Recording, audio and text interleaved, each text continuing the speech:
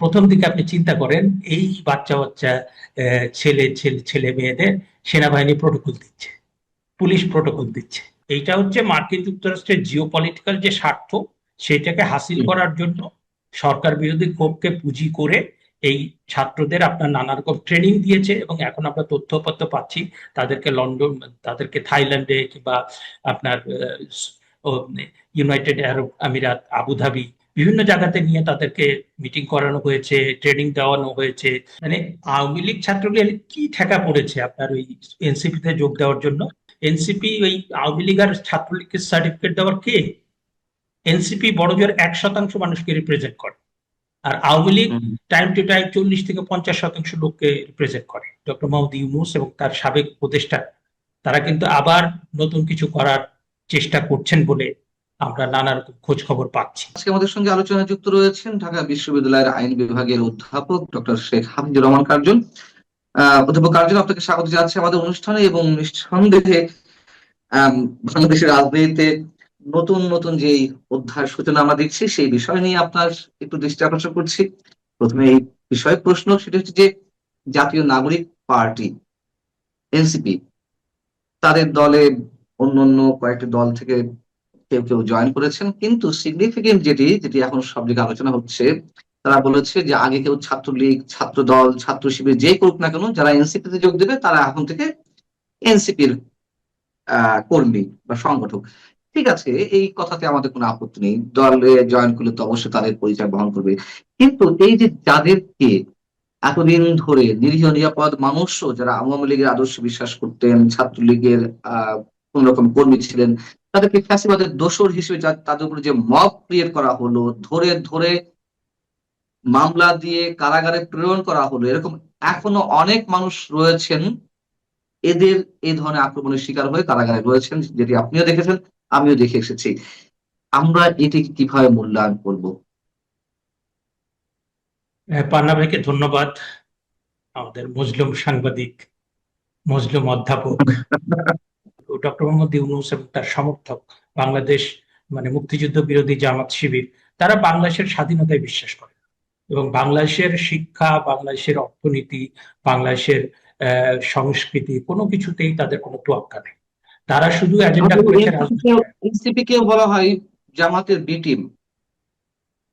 হ্যাঁ, সেটা তো এনসিপি মানে জামাত খুব সুকৌশলে তাদের, যখন আপনার আন্তর্জাতিক অপরাধের বিচার হয়েছে এবং যথার্থভাবেই মানে 1971 সালে তাদের নেতারা যা ভূমিকা পালন করেছেন সেটা বিচারের মধ্য দিয়ে সেই বিচারটা রায় কার্যকর করা হয়েছে, যথার্থভাবেই বঙ্গবন্ধু কন্যা সেটা করেছে। তো এখন এই যে এনসিপি, এনসিপি তারা যে রাজনৈতিক দলটা গঠন করবে, মানে তাদের পরিপক্কতা আমাদের মতো দেশে কিংবা দক্ষিণ এশিয়ার দেশে রাজনৈতিক দল তো চারটিখানি কথা না। এবং এইখানে বাংলাদেশের মানুষ কিংস পার্টিকে কখনো পছন্দ করে না। এর আগেও আমরা দেখেছি অনেক কিংস পার্টি তারা এসছে চলে গিয়েছে। তো তাদের ধরনটা ছিল kings party. Doctor Mohammad Yunus তিনি মনে করেছেন ছাত্রদের একটা দল থাকা দরকার, তো তার কথায় ছাত্রদের দল হয়েছে। আবার সেখানে পরবর্তীতে আবার একজন ছাত্র উপদেষ্টা তিনি আবার স্বীকারোক্তিও দিয়েছেন যে মার্কিন যুক্তরাষ্ট্রের তরফ থেকে তাদের বলা হয়েছে তাদের 2028 সাল পর্যন্ত তারা যেন ক্ষমতায় থাকে। তাহলে সেখানে আমরা অন্য ষড়যন্ত্রের গন্ধ পাচ্ছি যে এটা আসলে রাজনীতি কিংবা আন্দোলন কিছু না, এইটা হচ্ছে মার্কিন যুক্তরাষ্ট্রের জিও পলিটিক্যাল যে স্বার্থ, সেটাকে হাসিল করার জন্য সরকার বিরোধী ক্ষোভকে পুঁজি করে এই ছাত্রদের আপনার নানা রকম ট্রেনিং দিয়েছে। এবং এখন আমরা তথ্যপত্র পাচ্ছি তাদেরকে লন্ডন, তাদেরকে থাইল্যান্ডে কিংবা আপনার ইউনাইটেড আরব আমিরাত, আবুধাবি, বিভিন্ন জায়গাতে নিয়ে তাদেরকে মিটিং করানো হয়েছে, ট্রেনিং দেওয়ানো হয়েছে, নানা রকম আপনার পরিকল্পনা হয়েছে, সামরিক বেসামরিক নানা রকম প্ল্যান হয়েছে কিভাবে সরকার উৎখাত করা হবে।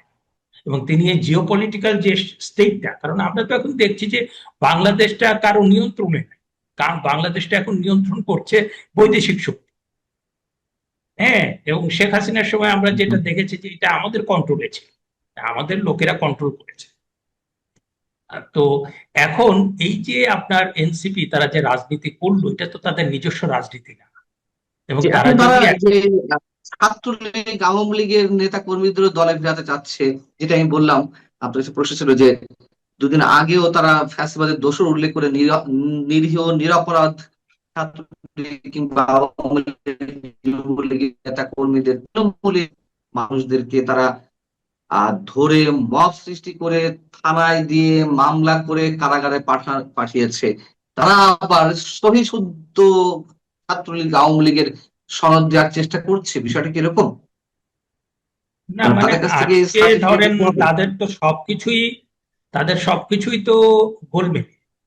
কারণ সম্প্রতি আমাদের ঢাকা বিশ্ববিদ্যালয়ের সাবেক উপাচার্য আখতারুজ্জামান স্যার, তার সাথে আমাদের এক ছাত্র নেতা, তিনি এখন মানে এনসিপির নেতা, হ্যাঁ, বহুল আলোচিত নেতা, এবং তিনি সংসদ সদস্য।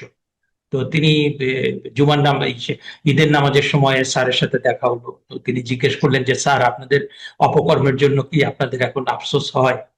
তো স্যার তখন বলেছিলেন যে তুমি তো ভাই আমাদের চেয়ে আলাদা না, তুমি তো আমাদের সাথেই ছিল। তো এই যে যারা আজকে এনসিপির নামে বড় বড় কথা বলছে, তারা তো ছাত্রলীগের মধ্যে লুকিয়েছে। তা আপনার ছাত্র ইউনিয়নের যারা, তারা তো কারোর মধ্যে লুকায়, ছাত্র দলের যারা, তারা তো কারোর মধ্যে লুকায়।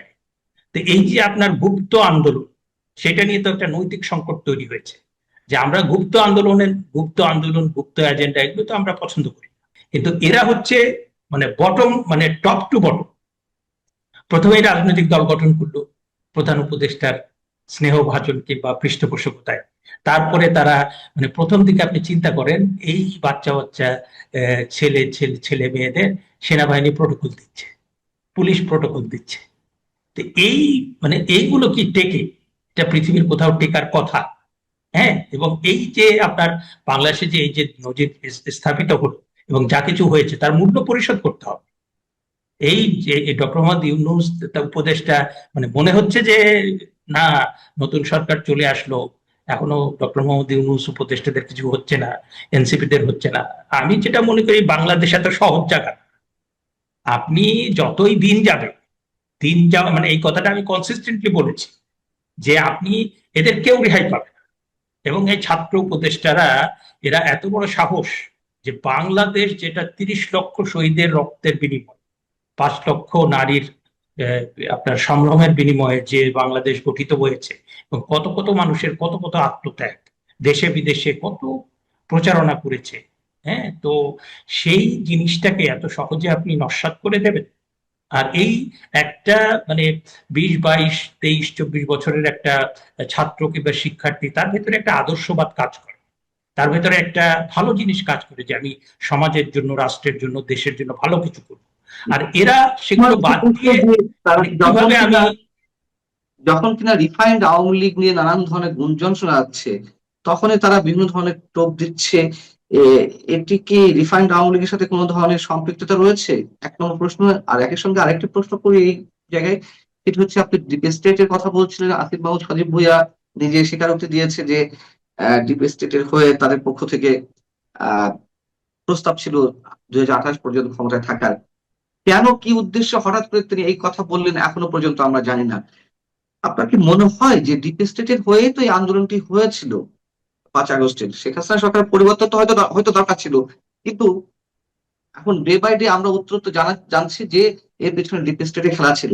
সেই ডিপ স্টেটের খেলার অংশ কি এখনো এই এনসিপি তার অংশ হয়ে কাজ করছে আপনার মনে হয়? প্রথমত আমি বলি যে রিফাইন্ড আওয়ামী লীগ বলে কিছু হবে না। হুম, আপনি রিফাইন্ড আওয়ামী লীগ কিংবা তৃণমূল, বিএনপি, এগুলো করে কিছু লাভ হবে না। এই সমস্ত আপনার মানে এই ধরনের নানা রকম আপনার পলিটিক্যাল গেম আমরা কিন্তু দেখেছি। যেটা হবে আওয়ামী লীগ ওই হুম, পাকিস্তান আমলে যে আওয়ামী লীগ গঠিত হয়েছে, মাওলানা আব্দুল হামিদ খান ভাসানী তিনি সভাপতি ছিলেন। তারপরে হুম, বঙ্গবন্ধু সেটাকে একদম সাধারণ মানুষের একটা হুম, হুম, সংগঠন হুম, হিসেবে গড়ে তুলেছেন। ওই আওয়ামী লীগ, হ্যাঁ, ওই আওয়ামী লীগই থাকবে। আপনি রিফাইন্ড আওয়ামী লীগ, তৃণমূল আওয়ামী লীগ কিংবা তৃণমূল বিএনপি, এগুলো নিয়ে নানা পলিটিক্যাল গেম খেলতে পারেন। আপনার ন্যাশনাল ইন্টারন্যাশনাল প্লেয়ার আছে, এটা আমরা হয়েছে। আওয়ামী লীগই থাকবে। এবং আওয়ামী লীগ, বঙ্গবন্ধু, মুক্তিযুদ্ধ, আওয়ামী লীগের যারা বিশাল বিশাল সব নেতা, তারপরে সংগঠন, এইটা আপনার আগেও বলেছি যে শক্তিশালী হচ্ছে, কিন্তু তার মূল সমস্যা হচ্ছে যে আপনার এদেরকে খুব সংগঠিত ভাবে মানে নেতৃত্ব দিয়ে একটা আউটকাম নিয়ে আসার মতো পরিস্থিতি দেখতে পাচ্ছি না আমরা। আমরা দেখতে পাচ্ছি প্রত্যেকটা জায়গাতে রাজনৈতিক নেতৃবৃন্দ, তারপরে যারা বুদ্ধিজীবী, তারপরে বিভিন্ন এক্সপার্ট, বিভিন্ন পেশাজীবী, তারা খুব মানে বিচ্ছিন্ন অবস্থায়। হ্যাঁ, কিন্তু আপনার যেটা হচ্ছে যে সাধারণ মানুষের মধ্যে পারছে কিন্তু না কেন? একটা পারছে না কেন? আপনি বলছেন যে রিফাইন্ড আওয়ামী লীগ বলে কোনো কিছু আসবে না, এলেও সেগুলো টিকতে পারবে না। এর আগে আমরা দেখেছি তৃণমূল বিএনপি করা হয়েছিল শমশের মুবিন চৌধুরীর নেতৃত্বে, এগুলো অন্ধকারের অতল গহ্বরে হারিয়ে যায়, এগুলো ইতিহাস বলে।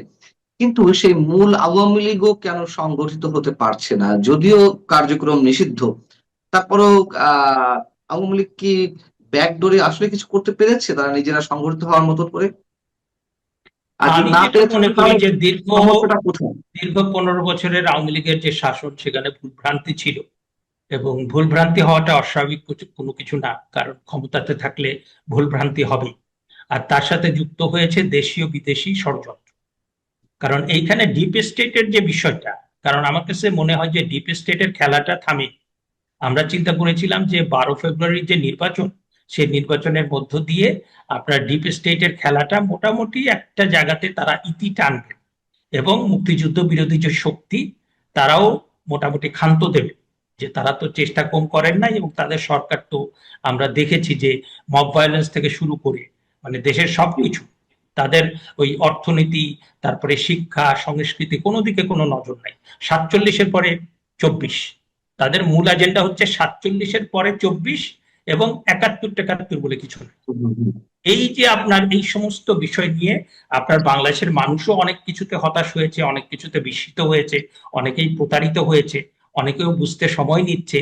কিন্তু বাংলাদেশ এত সহজ জায়গা না। আপনি এই যে পহেলা বৈশাখে যে মানুষ পথে নেমেছিল, তার একটা ইন্ডিকেশন কিন্তু আছে। পহেলা বৈশাখে যারা মানুষ, যারা পথে নেমেছিল, তারা শিক্ষিত মধ্যবিত্ত বাঙালি, এবং তাদের মধ্যে অনেকেই আওয়ামী লীগ আছেন, অনেকেই বিএনপি আছেন, কিন্তু তারাও কিন্তু মধ্যপন্থা এবং অসাম্প্রদায়িক যে রাজনীতি, সেটা একটা পছন্দ করে। সেটাই কিন্তু বাংলাদেশের মূল ধারা। এবং আমার কাছে আরেকটা জিনিস মনে হয় যে মার্কিন যুক্তরাষ্ট্র বাংলাদেশকে নিয়ে তাদের নানা রকম প্ল্যান আছে, কিন্তু এইখানে আমার কাছে মনে হয় যে তারা যেটা চাচ্ছে, পার্শ্ববর্তী ভারত এবং চায়না, এই দুইটা কারণে সম্ভব হবে না। যখন যুক্তরাষ্ট্র এবং ভারতের শত্রু অভিন্ন, চীন যেখানে তাদের দুই পক্ষের শত্রু, সেখানে তো ভারতের সাথে যুক্তরাষ্ট্রের একটা অ্যালাই হতেই পারে, এবং সেই জায়গা থেকে দুই পক্ষকে কিছুটা ছাড় দিতে হতে পারে। সেই জায়গা থেকেই আহ, যুক্তরাষ্ট্রের যে এজেন্ডা এই ভূখণ্ডে, সেটি বাস্তবায়ন হওয়ার সম্ভাবনা থেকে যায় নাকি? আমার কাছে মনে হয় না, কারণ আসলে আপনার যেটা বলে যে মার্কিন যুক্তরাষ্ট্র এবং ভারত হচ্ছে কৌশলগত পার্টনার, স্ট্র্যাটেজিক পার্টনার। হুম। হ্যাঁ, এবং আপনি দেখেছেন যে 2014 থেকে 2024 পর্যন্ত এখানে ভারতের স্বার্থটা এক, মূলত তাদের স্বার্থ হচ্ছে আপনার সিকিউরিটি। হ্যাঁ, এবং সেইখানে কিন্তু মার্কিন যুক্তরাষ্ট্রের স্বার্থের সাথে কিন্তু মেলে। মার্কিন যুক্তরাষ্ট্র কিন্তু 2018-এর নির্বাচন কিংবা 24-এর নির্বাচন তারা কিন্তু ভিন্নভাবে চেয়েছে। তারা কিন্তু মার্কিন মানে ভারতের সাথে তাদের কিন্তু মিল ছিল না। হ্যাঁ, এবং মার্কিন যুক্তরাষ্ট্র যেভাবে এখানে সামরিক ঘাঁটি করতে চাচ্ছে কিংবা অন্যান্য বিষয়, তার সাথে কিন্তু মানে ভারতের চাওয়ার কিন্তু মিল নাই। তারা স্ট্র্যাটেজিক পার্টনার নানা বিষয়, নানা কারণ। ওখানে চীন একটা বড় ফ্যাক্টর, কিন্তু সবকিছুতে যে তারা একদম 100% মিল আছে, তাও কিন্তু না। আমাদের রাজনৈতিক দলগুলোরও সীমাবদ্ধতা আছে, আমাদের সরকারেরও সীমাবদ্ধতা আছে। আমাদের অধিকাংশ মানুষ যে আপনার বঙ্গবন্ধু বলেছিলেন সবাই পায় সোনার খনি, আমি পেয়েছি চোরের খনি, সবই সত্যি। না, আমাদের সীমাবদ্ধতা আছে ব্যক্তি পর্যায়ে, সামষ্টিক পর্যায়ে, প্রাতিষ্ঠানিক পর্যায়ে। তারপরেও আমরা কিন্তু বাংলাদেশে কিন্তু আমরা মানে আমি এতটা সহজ মনে হয় না যে আপনি ওই মূল আলোচনা আসছেন, সবকিছু একটি নাটের জিনিসের গুরু, সবকিছু মূল নাটের আলোচনা। গুরু মার্কিন যুক্তরাষ্ট্র ধরেও টান দিবে। জি, আওয়ামী লীগ প্রসঙ্গে কথা বলছেন যে রিফাইন্ড আওয়ামী লীগ এসে তেমন কিছু হবে না। রাশেদ খান গণ অধিকার পরিষদের সাবেক সাধারণ সম্পাদক, এখন যিনি বিএনপি নেতা, তিনি আবার এনসিপির পক্ষ থেকে ছাত্রলীগ আওয়ামী লীগের প্রতি যে আহ্বান যে তাদের দলে যোগ দেওয়ার বিষয়ে, সেক্ষেত্রে পাল্টা প্রতিবাদ জানিয়ে তিনি বলছেন এরাই কিন্তু আওয়ামী লীগের নিষিদ্ধকরণ চেয়েছিল, রাশেদ খান বা গণ অধিকার পরিষদ। তারা এখন বলছেন যদি এনসিপি তে ছাত্রলীগ আওয়ামী লীগের নেতা কর্মীরা যদি জয়েন করার মানে করতে চায় অথবা তাদেরকে তারা নিতে চায়, সেক্ষেত্রে কেন আওয়ামী লীগ রাজনীতি করতে পারবে না? তো আওয়ামী লীগের রাজনীতি ওপেন করে দেওয়া উচিত, যদি তিনি রিফাইন্ড আওয়ামী লীগের কথা বলছেন, যেভাবে হোক আওয়ামী লীগের রাজনীতির পক্ষে এখন বলছেন। আহ রাজনৈতিক সমীকরণ কি পাল্টাবে? মানে আওয়ামী লীগ ছাত্রলীগ কি ঠেকা পড়েছে আপনার ওই এনসিপি তে যোগ দেওয়ার জন্য? এনসিপি তো নিজেই মানে আপনার বিলুপ্ত হওয়ার পথে। আর হচ্ছে যে এনসিপি ওই আওয়ামী লীগ আর ছাত্রলীগকে সার্টিফিকেট দেওয়ার কে? এনসিপি বড়জোর 1% মানুষকে রিপ্রেজেন্ট করে, আর আওয়ামী লীগ হুম, টাইম টু টাইম 40 থেকে 50% লোককে রিপ্রেজেন্ট করে। তো আওয়ামী লীগের তো আপনার নানা সময় সংকট হয়েছে, নানা সময় সংকট হয়েছে এবং তারা সেটা কামব্যাক করেছে। এখন হুম, আমার যেটা মনে হয় যে আপনি রিফাইন টিফাইন ওগুলো মানে ওগুলো আপনার বানানো, মানে নানা রকম বানানো বিষয়, এবং নানাভাবে আপনার এ, এ, দেশীয় বিদেশি নানা প্লেয়ার নানাভাবে খেলতে চেষ্টা করছে, কিন্তু আওয়ামী লীগের মতোই ফিরে আসবে এবং সেটা ফিরবে, কিন্তু একদম আমি বারবার একটা প্রশ্ন করার আওয়ামী লীগ চেষ্টা করছি যেটা আপনাকে, সেটা আপনার সেটা কাছ যেটা থেকে আমি বিশুদ্ধ আওয়ামী লীগ। জানতে চাই। সেটা হচ্ছে যে এনসিপি বলছেন যে বিলুপ্ত হয়ে যাবে, কিন্তু এনসিপি তারা শক্তিশালী হওয়ার চেষ্টা করছে বিভিন্ন দল থেকে এই লোকজন নিয়ে, আর তারা যে নতুন কর্মসূচি হাতে নিয়েছে এবং ডিপ স্টেটের যে প্রসঙ্গটা আপনি নিজে উল্লেখ করছিলেন, সব মিলে কি ডিপ স্টেটের যে খেলার অংশ এখনো বাকি রয়েছে, সেই খেলা আমাদের দেখতে হবে না, এবং সেই খেলা এখনো চলমান কিনা? আমার মনে হয় যে ডিপ স্টেটের খেলাটা চলমান। হ্যাঁ, কারণ আপনার বর্তমান সরকারের কাছে আমার বড় একটা প্রত্যাশা ছিল যে তারা কিছু শক্তিশালী সিদ্ধান্ত নেবেন, তারা নতুন কিছু করার চেষ্টা করবেন। তো হুম, হুম, সেই আমি আমি যে প্রত্যাশা করেছিলাম সেই প্রত্যাশার প্রতিফলন আমি দেখতে পাচ্ছি না। এবং এইখানে আপনার ডক্টর মোহাম্মদ ইউনূস এবং তার সাবেক উপদেষ্টা তারা কিন্তু আবার নতুন কিছু করার চেষ্টা করছেন বলে আমরা নানা রকম খোঁজ খবর পাচ্ছি। সুতরাং মানে আপনার যেহেতু একবার আপনার আসল চরিত্রটা ফাঁস হয়ে গিয়েছে, সুতরাং আপনি চেষ্টা করতে পারেন, সফল হবেন না। হ্যাঁ, মানে ডক্টর মোহাম্মদ ইউনূসকে পাইয়ে। আর ডিপ স্টেটের বিষয়টা হচ্ছে যে তারা তো অনেক শক্তিশালী, মানে ডিপ স্টেট, মার্কিন যুক্তরাষ্ট্রের ডিপ স্টেট, তারা রাশিয়ার মতো দেশকে নাকানি চুবানি খাওয়ায়। তারা গাজাতে দিনের পর দিন তাদের প্রশ্রয়ে ইসরায়েল জেনোসাইড চালিয়ে যায়। তাদেরকে আমি খাটো করে দেখছি না, কিন্তু আবার এটাও ঠিক যে মার্কিন যুক্তরাষ্ট্র পৃথিবীর বিভিন্ন জায়গায় অনেক কিছু চেয়েছে, কিন্তু সেটা কিন্তু হয়নি। 1971 সালেও তারা চেয়েছিল যে বাংলাদেশ যেন না হয়, কিন্তু সেই হুম, হুম। তাদের চাওয়াকে উপেক্ষা করে তাদের সপ্তম জি, নৌবহরকে বৃদ্ধাঙ্গুলি দেখেই কিন্তু আমরা মানে মুক্তিযুদ্ধ করে বঙ্গবন্ধুর নেতৃত্বে আমরা বাংলাদেশটা প্রতিষ্ঠা করেছি। সুতরাং এইটা এত সহজ হবে না। আমি আরেকটা বিষয়ে আপনার দৃষ্টি আকর্ষণ করছি, আপনার আরেকটি বিষয়ে দৃষ্টি আকর্ষণ করছি, সেটি হচ্ছে যে আমাদের আহ চিফ হুইপ নুরুল ইসলাম মনির বিরুদ্ধে তার সমালোচনা করে একজন একটি পোস্ট দিয়েছিল, এবং তার একটি কার্টুনও প্রকাশ করেছে সামাজিক যোগাযোগ মাধ্যমে। এটি করার অপরাধে তার বিরুদ্ধে মামলা হয়েছে, তাকে আটক করা হয়েছে। সেই ঘুরে ফিরে ডিজিটাল সিকিউরিটি অ্যাক্ট, আমরা কি সেই পুরোনো গোলকধাঁধার মধ্যে রয়ে যাচ্ছি? মানে বাক স্বাধীনতা, গণতান্ত্রিক অধিকার, সেগুলো মানে সবকিছুই অধরা থেকে যাবে, অথবা আপনি হ্যাঁ, সেটা পূর্বে সবকিছু বিকল্প দেখতে পাচ্ছেন সেটা কিনা? খুব সেটা খুব খারাপ একটা কাজ হয়েছে এবং আমাদের সামনে চ্যালেঞ্জ কিন্তু বাড়ছে। কারণ আপনার পার্শ্ববর্তী নেপালে বালেন্দ্র শাহ, তিনি প্রধানমন্ত্রী হুম, হওয়ার পরে 14 দিনের ভিতরে অনেকগুলো মানে উল্লেখযোগ্য কাজ, দৃষ্টি আকর্ষণ করার মতো কাজ করে ফেলেছেন। যে ভিআইপি সুবিধা বাতিল করে দিয়ে আপনি ট্রাফিক পুলিশকে বলেছেন যে যেই হোক মানে তোমরা হুম, তোমাদের নিয়ম কানুন অনুযায়ী চলবে এবং কাউকে সুবিধা হুম, দেবে না। হুম, তারপরে আরেকজনকে স্বজন প্রীতি করে মন্ত্রী বানানো হয়েছিল, তাকে সেখান থেকে মানে বাতিল করা হয়েছে। তারপরে মেয়েদের নারীদের আপনার চলার জন্য একদম আলাদা একটা বাস, হ্যাঁ, ফ্রি বাস তিনি করে দিয়েছেন। তারপরে বিভিন্ন শিক্ষা প্রতিষ্ঠানে লেজুর বৃত্তির যে রাজনীতি সেটা নিষিদ্ধ করেছেন। সুতরাং এই যে আপনার মানে 5ই আগস্টের পরে আমি বলি যে 5ই আগস্টের আগের বাংলাদেশ 5ই আগস্টের পরের বাংলাদেশ অনেকেই বলে এক না। এবং এই 5ই আগস্টের পরের বাংলাদেশের জন্য মানে বিএনপির জন্য যেমন অনেক চ্যালেঞ্জ আছে, আওয়ামী লীগের জন্য অনেক চ্যালেঞ্জ আছে, জামাতে ইসলামের জন্য চ্যালেঞ্জ আছে, আবার বামপন্থী সুশীল সমাজ সবার জন্যই চ্যালেঞ্জ আছে। যে যার চ্যালেঞ্জ অনুযায়ী কাজ করতে না পারলে এটা কিন্তু আমাদের জন্য খুব কঠিন হয়ে যাবে। অনেক অনেক ধন্যবাদ শেখ হাফিজুর রহমান কার্জন, আপনাকে আমাদের সঙ্গে যুক্ত থাকার জন্য। দর্শক, আপনারা যারা শুনছিলেন, নিশ্চয়ই আপনারা ভালো থাকবেন। আল্লাহ হাফিজ।